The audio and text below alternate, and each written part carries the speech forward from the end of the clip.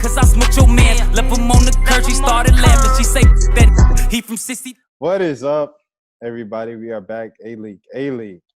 This is the mock draft. It's been a couple months. First of all, how's everybody holding up? I've been good. I've definitely been good. I mean, I've actually been not just good, but also busy. Like over the last couple of months, I was at this event with Prep Girls, and they had me going to Myrtle Beach. Actually, my first time ever going to Myrtle Beach, because with me being in South Carolina, I get lots of I get lots of funny looks all the time when people say, "Hey, dude, you never been to Myrtle Beach?" And then I told them like, "Hey, I was at Myrtle Beach, but I was just there covering an event and everything like that. And then I'm doing something a little bit on later this month at in Casey. So, but actually, yeah, I've been good, just staying good, staying busy. Make sure you stay safe. Make sure you stay safe. You talking all that traveling, going to KC, everything like that. Stay safe. Yeah, I definitely got my mask. Heard that. Same old for me, man. Just working, chilling, enjoying life, trying to stay safe and out of the way. So, yeah, same old. I don't have a long thing. But new gig though. So, yeah, I do got a new gig working with the Athens Banner Hero. Really enjoying that. It's been about a month now, I guess. Really enjoying it. It's been a lot of fun. Yeah, that's all I really can say. Big time. I have some Moving on positive news as well. I have a working washer and dryer for the first time in a year, so happy about that. I know, yeah. When I got here, I got here right when the merger happened, right, with our company, so layoffs were coming, and they told us that my first meeting, they're like, "Hey, everybody, welcome Rashad. He's the new guy. Also, I just want to give you guys a heads up. Layoffs are coming." And I was like, "Oh, okay, all right." So I don't know if I'm going to be here very long. So I didn't buy a washer and dryer. I just been going to the laundromat. Of course, the pandemic affected that a little bit to how often I went there and stuff. So I had to get creative and everything like that. But my new sports editor who moved over here, he gave me his old washer and dryer and got that thing fixed up, and the moving fees and everything for that. Say probably about $500 as opposed to getting a new one. So I came up big, man. Hey, fellas and women, ladies, if you're hearing this, take notes. Be patient. Don't be too, big time to go to the laundromat. There's nothing wrong with it. I thought it was very, very therapeutic and everything like that when I did it. Save your money any way you can. Facts, man. Facts. Absolutely. I need to work on that. I need to work on that same thing for sure. Cause it's, the good thing about, in my situation is that the laundromat is where that I go is right up the street. It's not like I got to go 10 miles or so to get to my closest laundromat. But still it is a lot, because it still costs it still costs $10 or so, $5 to $10 just to wash clothes and everything. So I see what you mean. Yeah, man, for sure. But I can hold on to $1 into a holler, you know what I'm saying? But King got the new look going on, got the stash, got the high top fade. King, just and Jeremy's got a cut. So first, a question for both of y'all before we get into this draft. At what point, how did you determine, all right, it's safe enough to get a cut? Probably after that, shoot, man. Let's see. Everything locked down in March, I guess. I definitely didn't do anything that first month. In June, I was quarantined at the end of June. And so then it was late July before I got to the barbershop, man. So I got tired of, I was contemplating dreadlocks and contemplating getting braids. And I was like, man, let me go cut this off. So, yeah. You was going to do the lemon pepper Lou? Something like that. I first, found out that I think it was sort of safe to probably go back to the barbershop maybe sometime back during the summer, because it was around that time when, maybe the early summer, because it was around that time where maybe, just maybe, cases were starting to decrease before they eventually, of course, increased again later on in the summer. But actually what I've been doing is I've just been trying to, experiment with a little bit of a new look, because what I've been doing as of late is I just been, just basically saying, okay, the old look was good and everything. And, to a certain extent, I missed the old look, but it's just something where I wanted to kind of experiment with, I just wanted to experiment with something new. And it's, it's one of those issues where, I just kind of wanted to see what it was. And now that I think about it, I actually kind of like it. It's worked for me the way I see it. Like I was about to say, works well on you. Makes you pop out, makes you stand out. If the hair fits, wear it. Hey, come on now. But hey, before we get started, I also want to give a big congratulations to this channel we are on. Shout out to Swish, as always, man. Just hit 10,000 subs, man. Yeah. Hey, I'm not Joe Budden. I don't have the, but if I did, this would be the. To all the people listening right now, they're like, I've been listening 5 minutes. Where's the talk about the NBA draft? You need to be patient, okay? We're getting into it right now. You have to wait. Pick number one, I have pick number one. It is the Minnesota Timberwolves. And like we were just talking about before we started recording, I don't think the Timberwolves know what they're going to do. The draft is in like 5 days. I don't think they have any idea what they want to do. There's some reports saying that LaMelo's a lock now. And then, after so many months where it seemed like Edwards was the guy, some people are even saying Wiseman might be the guy. And I was watching, high school this past weekend, and someone's like, hey, don't be surprised if Onyeka Okongwu goes in the top 3. And now I'm like, what the heck am I supposed to believe? So with the first pick, this is a blind move. I'm going to go LaMelo Ball. Big baller brand, baby. If he's officially a part of that anymore. Puma, baby. Yes, sir. Mm-hmm. Right. I see what you mean. And, and that's one of those, like, it's so amazing because after it's so amazing when you look at the first pick between last year and this year, because everybody knew last year that New Orleans was going to take Zion, but it actually sort of creates a little bit of suspense as far as the draft is concerned, because we don't even know, like you said, who Minnesota is going to pick. Like we pick LaMelo Ball and everything, but it actually sort of creates a little bit of suspense and a reason to see exactly who Minnesota could very well take with that pick, because usually it's the best player, but Minnesota needs a little bit of everything. And well, also I just wanted to say I think a lot of people, their main concern is the fit with Russell.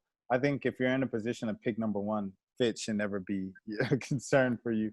But also, like, both of those guys are ball dominant, but they have two kind of different games. I think Russell's a little more shoot first, a shooter type of point guard, and LaMelo's kind of a pass first. He's a better passer than he is a shooter, even though, he's kind of known as a scorer, and that's where he gets all his highlights. I think he's just a better passer at this point of his career. Kind of like Zoe coming in the league, where Zoe was like heavily dependent on his passing ability. And even though he was a good shooter, coming up through the ranks, he had to change his shot. He had to learn how to shoot in the league. And in the meantime, he kind of relied a lot on his passing. Same thing that Trae Young did those first couple months in the league. So I think they could work out based on that fact, and also the fact that LaMelo's freaking 6'7", 6'8", and Russell's about 6'3", 6'4", in comparison. So yeah, I think those guys can work out, and you got you're cooking with some grease there. A lot of people, they have the Culver rumors right now talking about could Culver go to Atlanta so Minnesota can pick up another guy, another top 10 pick. And then people are saying Culver, don't give up on Culver because he's. So I mean, hey, if the future is really that bright for Jared Culver, then you got yourself a squad there in Minnesota. Nas Reed, you can go down the line. They have a couple of those guys there. That's always a good part of the young nucleus is at the top. I think everybody's looking good at the top this year, except for New York. Yeah. I mean, I feel like Minnesota's had a good core for the last decade, even back when they, got Andrew Wiggins from Cleveland on the draft night trade. I just don't feel like they ever find the right coach. So, I don't really think they ever find the right fit. A couple years ago when they signed Jeff Teague to run their team as the point guard, I felt like that was the year where they should have went after Chris Paul. And, Chris Paul with Andrew Wiggins, I believe that was the same year they ended up with Jimmy Butler and Karl Anthony Towns. That if you throw Chris Paul in that mix and you got a team that's maybe Western Conference semis, Western Conference Finals caliber. So I don't know how LaMelo fits in Minnesota. And honestly, I don't really care because, I said this on our first mock that as far as I'm concerned, you could trade D'Angelo Russell tomorrow and I wouldn't care because he's a good player. He's an all-star. He's a really good scorer, blah, blah, blah. But he's not moving the needle. But they're best friends. But they're best friends, Jeremy. Yeah, that's good for them. But, best friends don't make money and they don't put butts in seats. So, and they don't win games. So, it's, Minnesota needs an attraction. And D'Angelo Russell isn't an attraction. LaMelo Ball's an attraction. So, and even Karl Anthony Towns. Karl Anthony Towns is a really good player, but I'm not bursting in the doors to see Karl Anthony Towns play if I'm just a casual in Minnesota with so many other things to do. So.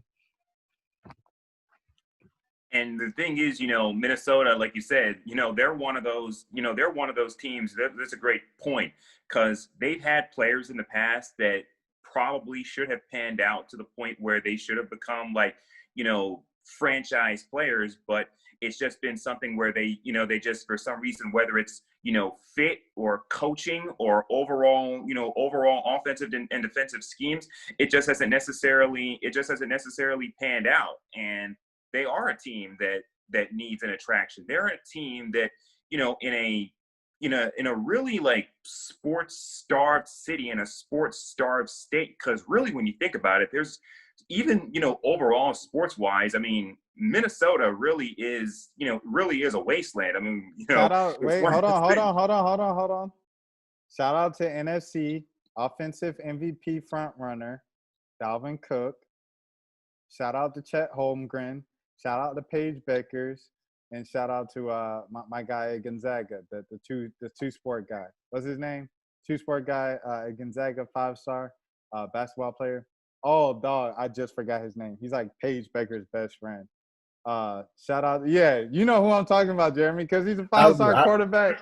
Yeah. He's a 5-star quarterback and 5-star basketball player. Yeah, I can't remember his name. Lord have mercy. Jalen Suggs. Yes, that's him. Salute to those guys. Those are all stars from Minnesota. And then, just the fact, like I said, Dalvin Cook is literally the lead for MVP right now in the NFC side.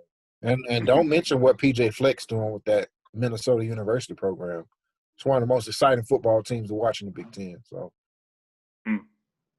they got plenty of stuff to cheer for, and they got the Minnesota Twins who are they're right here as far as contending. So I think that state, though, I think overall, the state of Minnesota sports, I think that they're really championship starved. I mean, we talk about, us being Georgia fans, we talk about how championship starved we are. It's like they really are championship starved. So I think it's one of those things where, like you said, they do sort of need an attraction, but I think Minnesota fans, and I do believe Minnesota got some of the best fans in the country. It's just something where I think that they just want something that they can be, like you said, they just want something that they can sort of be excited about. They got all those individual players, but at the same time, they just want something that they can really think, oh, wow, I'm paying a ticket to see this dude, or I'm paying a ticket to see, to see him or to see her. Yeah. Mm-hmm. I hear right. you. I hear you. And then, now, go ahead, Jeremy. Oh, no, I'm good. All right. Well, without further ado, moving on to the second pick. Who's making the second pick, first of all? You can go ahead and take it, Akeem. Yeah, right, I think Akeem Balaam with the second pick. The Golden State Warriors, they are now on the clock. Who you got, Akeem? Okay. All right. And I've been going back and forth about this. And, when I think about it, Golden State is one of those teams. It's so amazing how they just made a precipitous drop. And I was going back and forth. I was thinking, okay, maybe Wiseman, but I'm actually going to go with a little bit of surprise. With the second pick, Golden State Warriors select Onyeka Okongwu. And here's one of the main reasons as to why I think I should go with Onyeka Okongwu with the second pick to Golden State, because he already plays at USC. And this is something that I think that for a lot of young kids, this is something that we don't necessarily talk about all that much. But I think that, first of all, I think I have a feeling that he may very well be a better fit than Wiseman.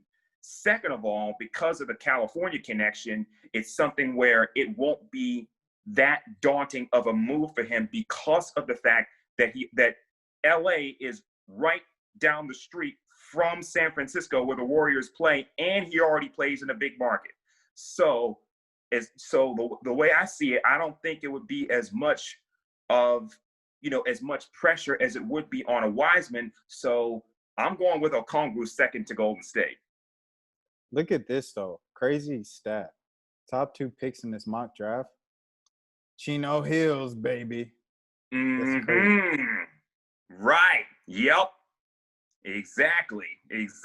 So yeah, that's my second overall pick. So does this mean the Warriors are moving on from Draymond sometime soon? I would, in all honesty, now that I think about it, I probably I would. I mean, because Draymond's one of those players that he's not getting any younger. I mean, and plus it's also something where you have to, you just have to sort of wonder about him in the future. So, I think that Golden State, I think that last year, was one of those years, as well as recently, was something where perhaps maybe could very well be the start of some sort of a transition for Golden State, especially with them moving into the Chase Center in the new arena. So, it's something where dynasties don't necessarily last forever. And I think that organization really needs to take a really good look and say, okay, is this going to be we've had a good run, but is it time for us to eventually get younger? And like I said, all teams go through that. So I think that eventually they will have to, because they're going to have to move on sooner or later. So I agree. And I think you're onto something with this pick. And I definitely expect their pick to be something that's not what everyone expects, if they even make the pick. I really feel like this is the pivot point in the draft. I don't think they're going to take the second best player just because they're in win now mode. And, trying to throw a young kid that's trying to become a star into the middle of what you already have is going to be problematic. So, yeah, I mean, if you throw LaMelo Ball or Anthony Edwards in that mix, those guys need shots because they're trying to get to that second contract and get their max deal, get their money, and make their name. And I don't fault them for that. That's just the way it is. So I think it's gonna be hard for a 19-year-old kid to come in and take a back seat and risk being labeled a bust early on in their career because they're not getting the shots and getting the opportunities that they may, get with a team that. Let's be honest. The Warriors are not the second to last worst team in the league. That record is way skewed, and they don't really deserve to be here. So I feel like this is a chance for them to add. And I think this pick is almost like a free agency pickup, where it's them adding a solid role player. So from the start, from day one. So also shout out to Eric Pascal. When you're talking about replacing Draymond, I think he had a pretty good season last year. I think he's ultimately going to be Draymond's replacement. And then those guys are also, Andrew Wiggins is also always an option. Wiggins he's there. He's not Canadian Michael Jordan, but he's a pretty solid pro. And, he's a good guy as long as he's the third or fourth option on the offense. So, yeah, Golden State has a promising future. And definitely, Keem, I agree with you with Onyeka fits what they might, kind of want to do more so than Wiseman. But Wiseman, he can get up and down too. He's a pretty mobile guy, but, he's pretty limited to just dunks and mid-range maybe. Like Onyeka can stretch out a little further and hit that college three, which is, take a couple steps back in the league, take 1,000 shots of those every practice, and you're in there.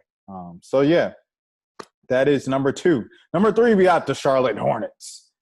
Jeremy Johnson, who are you picking up for the Charlotte Hornets? I think we made this easy for Michael Jordan. He can't mess this one up. So it's going to be Anthony Edwards, shooting guard out of Georgia. Literally right down the street is where he played. So I feel like Michael Jordan would have tried to reach for somebody here that shouldn't be drafted this high, but because Anthony Edwards is here, he's so good. He's been the best prospect on the board for the last year and a half or so since he said he was reclassifying. So personally, he would be my second best prospect. I think LaMelo is the best prospect to me, but Anthony Edwards is the guy here. I don't know how he fits. They got Devontae Graham. Maybe they move him to an on-the-ball situation where it's them two in the backcourt, but that's looking like a really good backcourt with a lot of really good young pieces. I don't really know what their identity is, but this gives them an attraction. I know they paid Terry Rozier. Am I right? They paid Terry Rozier last year. Scary Terry. So I don't know if he goes to the bench or not, but this gives them a guy that kind of replaces what they lost as far as attraction when Kemba left. So I think it's a pretty easy pick. I don't know how you mess this one up if you're Michael Jordan. So yeah, Obi Toppin. But yeah, that's crazy. That's a crazy backcourt, man. Devontae Graham. That's it. Keem, any thoughts on Charlotte's pick? Oh, I have thoughts. If you're Charlotte, like you said, Jeremy, this really should be a slam dunk because, like you said, we were just talking about Minnesota. Charlotte is another one. It's so amazing. Charlotte is debuting new uniforms. They're debuting a new court at the Spectrum Center. They have Michael Jordan and that organization in Charlotte has done just about every single thing, it seems, from an aesthetics perspective to try and excite that Charlotte Hornets fan base, except win and except get players. So when you think about it, they really are one of those teams that definitely needs a franchise cornerstone. And here's the thing. They had it with Kemba, but here's the thing. Kemba's just one dude. That's why he's not there anymore. So it's not just the process that the Hornets need to undergo is they don't just need a franchise cornerstone. They need somebody they need pieces around that franchise cornerstone that can turn them into a top 5 team in the East, which one shouldn't think should be all that hard. But that's what Charlotte is up against. Can they do it? We shall see. But they ain't rebuilding their team with just one draft pick. And plus, Charlotte is not New York, LA, Miami, Boston. So they're one of those franchises that is almost, they're a small market. So they got to rebuild through the draft. And their window is very small. So as soon as Anthony Edwards shows any sign of popping in this league, I'm talking like year 2 or 3. And if you have any promise around him and you have Devontae Graham, which you're paying him little to nothing right now, on top of Edwards, you got to be aggressive. And if you think you have an opportunity to go out and make moves that are going to help you win now, you have to. Because 4 or 5 years from now, Anthony Edwards won't be there and Devontae Graham won't be there either. So their window's this big, and I hate it for them because I really love the town of Charlotte. It's a beautiful city. It's a great place to be. And I feel like that fan base deserves better. So you don't want it to be another Kemba situation. And Jordan, I was watching a Jordan interview earlier this week, And he was saying the exact things that King was just saying. It's in regards to their market and what those fans deserve and what that city deserves. And what Jeremy was saying, it goes back to why Atlanta is being.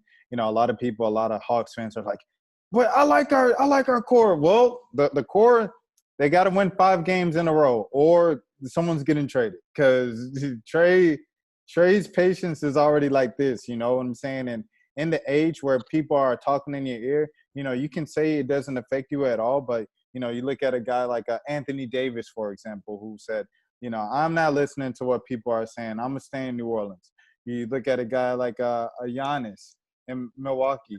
I'm loyal to Milwaukee to the death of me. Blah blah blah. If people keep talking on TV, every time you turn on the TV, Giannis to the Lakers, Giannis to the Knicks, Giannis to the Warriors, Giannis and Steph, you're gonna see that, and it's gonna affect you. And, whether you want it to leave or not, you think of a guy like DeMarcus Cousins, Carmelo Anthony. There's so many over the last few years, man. Like, people's words. Loyal as KG was, he even left Minnesota. Exactly. People's words weigh on you, man. I think. And some of those Minnesota teams were winning. Yeah. And you look at it, the guys now, Devin Booker and Donovan Mitchell. Every good game they have, he's got to get out of there. He's got to get out of there. It's like that stuff weighs on you, man. People leave nowadays. So, anyways, that's the number 3 pick. Number 4, we're back to Chicago before we wrap up this first part. Chicago, we got a few interesting names on the board. They already have Wendell Carter, who they're looking at maybe, he's maybe looking at getting out of there according to rumors. They already have another big in Lauri Markkanen, who has that heart condition. So, his situation's sticky. You got Kobe White and Zach LaVine and Chris Dunn in the backcourt, so you're kind of set there. So where do you go? Because the team is still really bad. I think I'm going to go with the best player in college basketball. I'm going to go with Obi Toppin right there, number 4 to Chicago. Fits. I know a lot of people are saying Danny Avdija, so that's probably where they're going to go, but for the sake of the mock, for the heck of it, I'm going Obi Toppin. I like it. I like it because, one, I think he's a high floor, low floor, high ceiling, or no, reverse. High ceiling, low floor guy. I think he steps in the NBA and, he's a guy that averages 13, 14, 8, 9 rebounds. He dunks on a guy every night, and he's going to give you 125%. So the Chicago Bulls need guys that they don't have to worry about at this point, just because, I love Zach LaVine's game, but I can't count on him. I can't count on him to be the guy who drops 35. I don't see that every night. I don't see him locked down on defense. On defense, he doesn't give me anything other than scoring. So Kobe White, I'm a big fan of his. I'm a North Carolina guy. I watch him a lot in college. Love what he does, but, he's a little limited in what he does as a shooter so far. So, I think it's a solid pick. There's not much in this draft as far as like star power. So, you get the best college basketball player and see what he becomes. So that's a good idea for Chicago, and I think that would be very smart of them at this point of their rebuild. Mm-hmm. Right. And like you said, Chicago is another one of those teams. Really, most top teams in the draft, obviously, they're undergoing rebuilds. So when you have those top players like an Obi Toppin that are there on the board, they're like, okay, you know what, might as well get them before anybody else, because much easier to draft than it is to trade for players, obviously. So it's that's a pick that I like that pick too. And I think it's going to be something where perhaps that may be somewhat of an underrated pick, but sometimes it's those underrated picks that end up being maybe not necessarily stars/superstars, but end up being role players that can really help with a team's rebuild, kind of like what Chicago was going up against. I hate the safe pick. I know I said he has a high floor, lower ceiling. I hate him being called a safe pick, because the more I watch him, the more I like his game, and the more I watch him, the more I think of, when Kawhi Leonard was drafted. I think people have this image in their head that Kawhi Leonard was this underrated guy that kind of came out of nowhere. Kawhi Leonard was the best player in college basketball that year. San Diego State was a really good team. They were on TV a lot too. They were on TV. I remember watching them. Their coach, I can't remember their coach's name, but he coached the Fab Five. So he was a great coach as well. So, I mean, I think this is that type of pick that you look up 5 years from now and Obi Toppin's an all-star.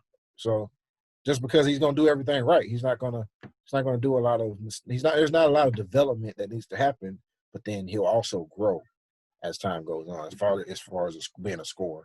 Y'all must thought that I was gone with spread the whole time. Y'all don't want friends, I want Audis. I don't want cars, I want Rarries.